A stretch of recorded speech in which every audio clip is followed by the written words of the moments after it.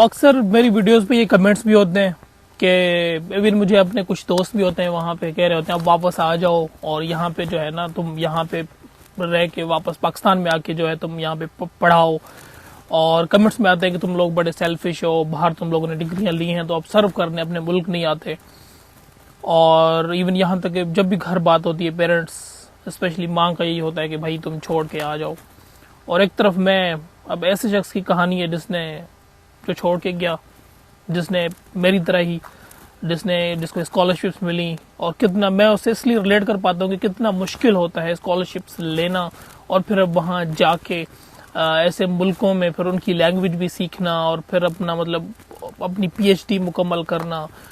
I can understand कि कितना तकलीफदेह होता है, कितने दिनों तक आप अपनी इवन ऐसा भी टाइम होता है जब आपको मतलब ग्रेजुएट होना होता है तो बिल्कुल आप 15-15 दिन भी इवन यहाँ तक कि मेरे साथ हुआ था कि मैं लेबोरेटरी में बैठा रहा, सोना भी वहीं पर था और वहीं पे थोड़ा मुंह धो के और फिर काम और फिर 5-6 दिन बाद सिर्फ नहाने के लिए घर गया और फिर वापस यही रूटीन। तो इस तरह की भी सिचुएशन आई और इतनी मेहनतों के बाद जब बंदा पीएचडी खत्म करता है और उसके बाद उसको फिर ये कहा जाता है कि भैया तुम अगर बाहर काम करते हो तुम सेल्फिश हो, आके अपने मुल्क को सर्व करो। तो अब किसी की क्या मजबूरियां होती हैं, किसी की फैमिली की मजबूरी होती है। कोई अगर आ जाता है रोड में से एक इस तरह थे डॉक्टर अजमल सावंत साहब जिन्होंने फ्रांस से पीएचडी की और वो फिर आए अपने मुल्क को सर्व करने और फिर बदले में उन्हें मिला क्या, गोलियां। दिन दहाड़े उनको छातियों पे गोलियां खाई उन्होंने। तो यही होता है उस बंदे के साथ जो इस मुल्क का भला करने चाहता है, इस मुल्क के लिए कुछ करना, इस मुल्क के लोगों के लिए कुछ करना, तो उसके बदले में गोलियां मिलती हैं, इसके अलावा और कुछ नहीं मिलता। मैं बहुत हद तक उसकी कहानी से रिलेट कर पाता हूँ बिकॉज जहाँ से उनका ताल्लुक था, the city he belonged originally जहाँ से, तो कंधकोट, मेरा ताल्लुक भी वहीं से ओरिजिनली। और उसकी अगर बात करेंगे वो भी अभी सक्खर में रहते थे तो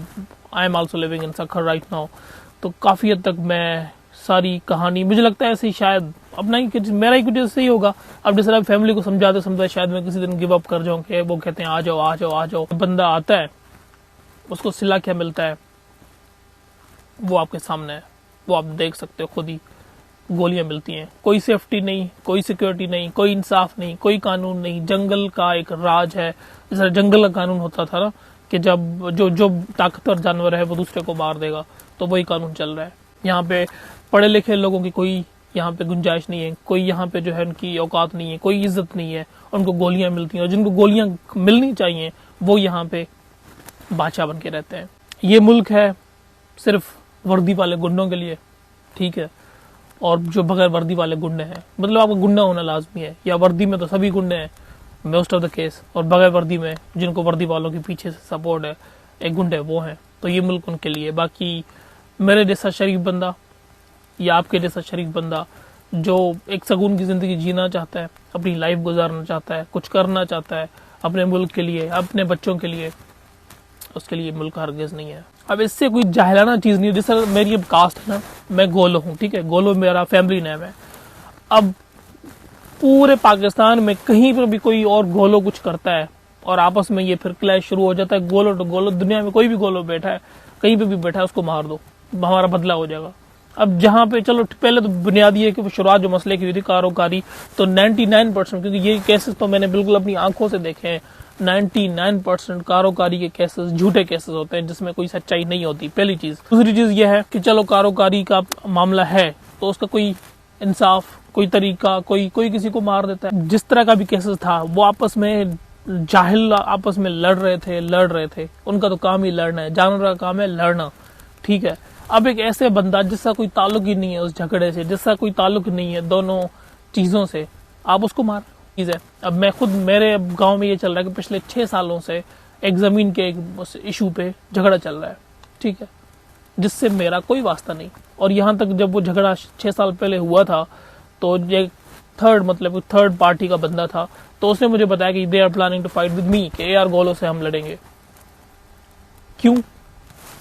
इसलिए कि मैं एक बेहतर जिंदगी जी रहा हूँ, इसलिए यह है कि मैं इस गंदगी में नहीं हूँ, इसलिए यह है कि मैं एक अपनी लाइफ थोड़ी ट्रैक पे लेके आया हूँ, इसलिए कि अगर वो मुझे अगर मारेंगे तो वो जो है पूरी पार्टी है उसको बहुत नुकसान होगा। ये जाहिलाना ये सोच है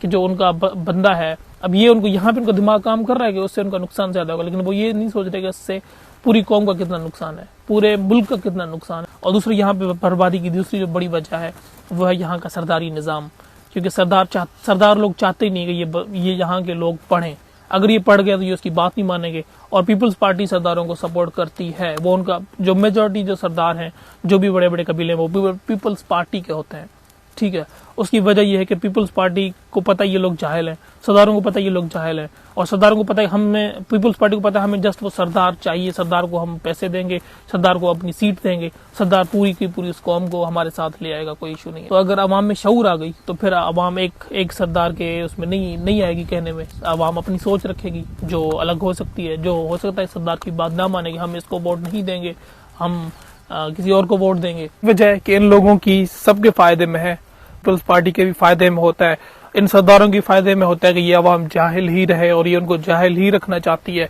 ताकि ये उनके इशारे पे चले, जैसे ये बोलें ये उसी तरह ये करे,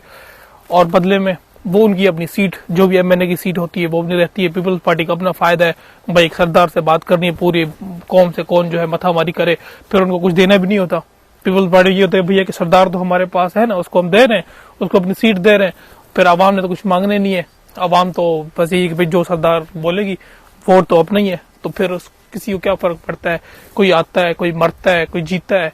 किसी को कोई फर्क नहीं पड़ता। ये तो यह है कि अभी इस तरह के कत्ल पता नहीं कितने होते हैं, इस तरह की किडनैपिंग पता नहीं कितनी होती है। ये तो यह है कि भाई अब बंदा थोड़ा पढ़ा लिखा था तो सरफेस पे आ गया, और आना भी चाहिए, लेकिन यह है कि ये तो वहां के एक आम सी कहानी है, जिसका कोई इस तरह लोग मरते हैं, जैसे कोई इस तरह तो यहाँ के मुल्कों में इस तरह कोई जानवर भी मरता है ना, तो उसकी भी होती है पीछे से पूछने वाला की होता है, वहां पे तो आप बंदा भी मर जाता है, कोई पता नहीं चलता